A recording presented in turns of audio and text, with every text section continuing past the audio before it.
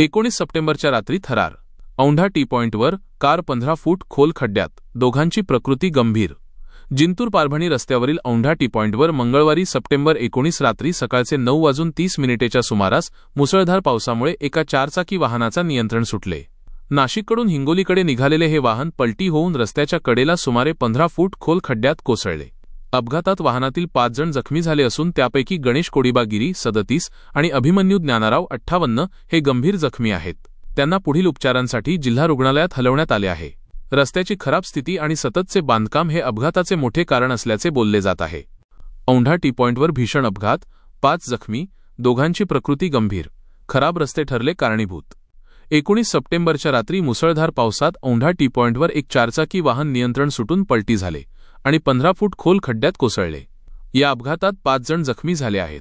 त्यापैकी गणेश गिरी 37 आणि अभिमन्यू ज्ञानाराव 58 यांची प्रकृती गंभीर आहे. जखमींवर ग्रामीण रुग्णालयात प्राथमिक उपचार करून त्यांना जिल्हा रुग्णालयात दाखल केले.